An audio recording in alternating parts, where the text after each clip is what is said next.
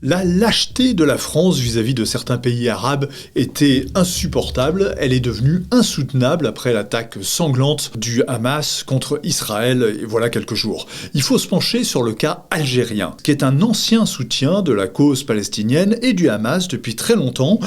Jamais l'Algérie n'a reconnu Israël, qu'elle continue à nommer comme une entité sioniste, je cite, sur le site de l'ambassade d'Israël en France, du reste, il n'y a pas un mot sur cette attaque du Hamas contre Israël, et l'Algérie s'apprête, comme si de rien n'était, à occuper son siège de membre non permanent au Conseil de sécurité de l'ONU.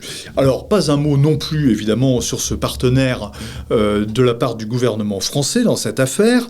Le gouvernement français qui est très proche, ou qui essaie en tout cas de raccommoder la robe à Juliette avec l'Algérie, notamment à travers une visite présidentielle qui a eu lieu en août 2022 pour le président Macron, qui s'était rendu là-bas, suivi quelques semaines plus tard par Elisabeth Borne et toute une partie du gouvernement français, qui avait été donc en pèlerinage en Algérie, sans rapporter le moindre d'ailleurs avantage, notamment pour ce qui est du sort des OQTF. Ça n'avait pas du tout amélioré ce dossier extrêmement sensible entre les deux pays. Alors la France marche sur des œufs, évidemment, parce que on a chez nous des millions d'Algériens ou de Français d'origine algérienne, et parmi eux, un certain nombre, pas tous évidemment, mais un certain nombre sont favorables au Hamas. On l'a vu à travers plusieurs manifestations en France, et l'Algérie n'est pas la seule à avoir pris cette position.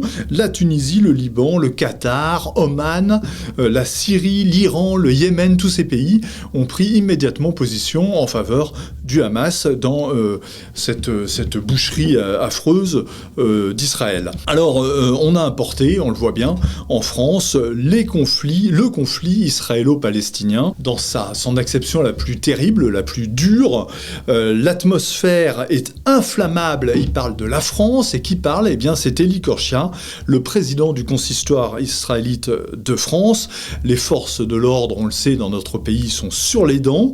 Il y a des manifestations dans toute l'Europe et aussi en France. Alors apparemment, eh bien, vous vous souvenez de ces grands slogans, on a vécu et grandi avec ça, en tout cas pour ceux de ma génération, des « touche pas à mon poste », de l'immigration chance pour la France, du vivre ensemble, du sentiment d'immigration qui ne correspondait pas à la réalité. Mais vous voyez, apparemment, on ne nous avait pas tout dit.